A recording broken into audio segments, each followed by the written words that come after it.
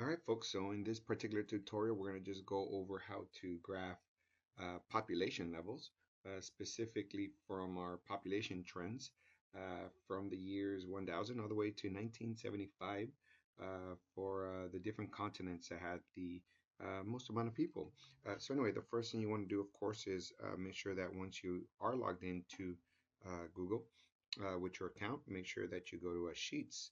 So that's the first thing you are going to want to do. So once you're in Sheets, create a blank sheet. It'll more or less look like this. And then we're going to go ahead and get started. So a couple ways you could graph, but the big thing you want to do is start putting the years in A2.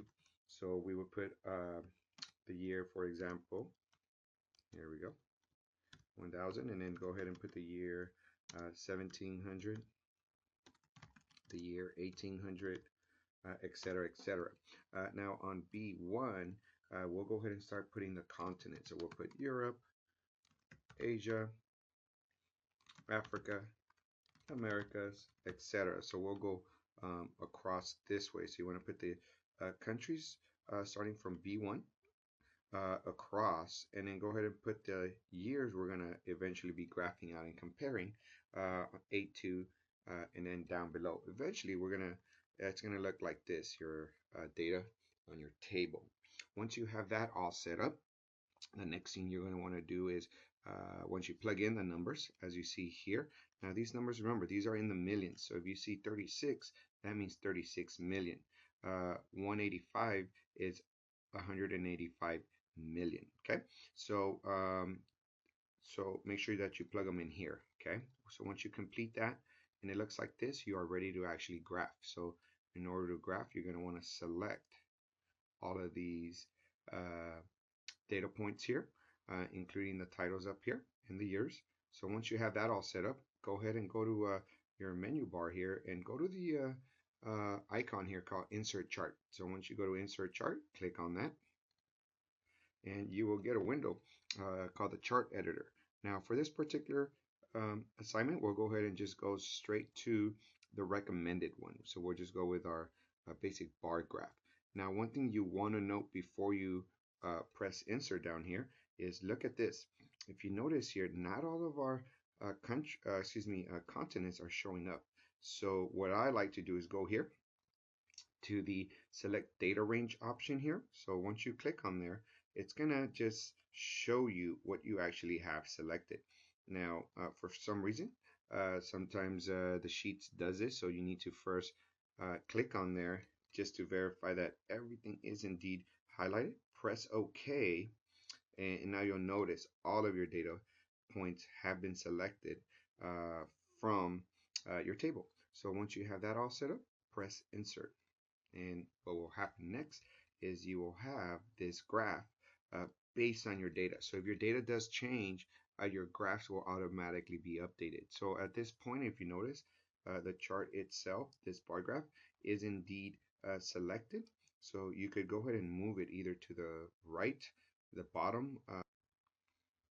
Okay, so now that we have our graph, we're going to go ahead and edit our graph and customize it, really is what we're trying to do here. So one of the first things we want to do is make sure that we have the appropriate title here. Now this, in fact, is not the appropriate title, so there's a couple ways to change that. Either you could hover over it, double click on it, and you will get the title window here, editor, where you could type in the name of the graph that you actually want this graph to be titled. So for example, this one, we'll title it population levels, and then we'll go ahead and parentheses put that this is indeed in the millions, and then press enter, and you will notice here that the actual title has changed. So click out of that and that window will go away. So that's one way you could do that. Another way is, as long as you have the actual bar graph here selected, if you click up here in the top right drop down arrow, you'll get different options, advanced edit, etc., etc. So let's go to advanced edit, and new window will open up. And if you notice here, we have title, and here is our title. Now another thing we could customize the title here is, for example, the color of the font. So you could go here and change it, and as you're changing and playing around with the different colors, let's say blue for example, you'll notice it'll change up here as well. Okay, so we'll leave it as blue for now. Now the next part that you see here is legend. On the legend, this is the legend here. So right now it's on the right, but if we wanted to change this to the top, it'll be here. And so you want to see what works best, which one seems to have a better fit. And so based on the different ones that we see here, it seems like the right will indeed be a better view for people seeing and analyzing this bar graph. Okay, and just like our title, fonts, you could change the font size, font color, etc. Okay, and also the font style here, as well as the background. Now for the background, it changes the actual background of the entire graph. So for example, we go here. Let's change this to um, red, for example, or dark red. And you'll notice the whole thing is now dark red. Now, as you can see here, this does not look very good as far as for those trying to analyze this. So you can select a different color that might be a bit more appealing to those actually seeing this. Um, so just play around with that a little bit, get a feel for how you could change the background. So I'm going to leave mine not quite white, but we're going to go with the light gray 3 for now. Okay. A couple other features here. You could, we do have bar graphs, but if you were to reverse the order, instead of having the year 1975 here, it'll reverse it and put it here. So if I click on this, see, there you go. But we're going to actually leave it this way because we want to see the trends, what has happened since the year 1000 all the way up to 1975. And we could clearly see that population levels have grown. And with that of Asia growing at a much higher rate than any other continent during this time span.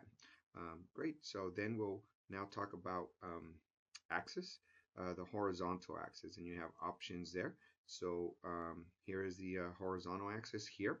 So you could also give that a title. So let's we could put, for example, just years. And once you do that, you'll notice that the years will be here. Okay.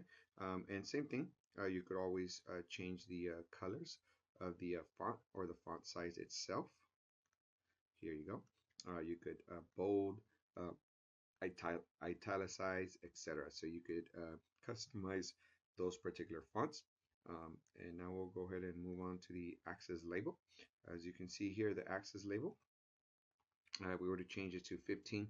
Now the axis label are the actual specific um, points here for each graph. So depending on how much information you have provided, you might want to minimize the actual axis label.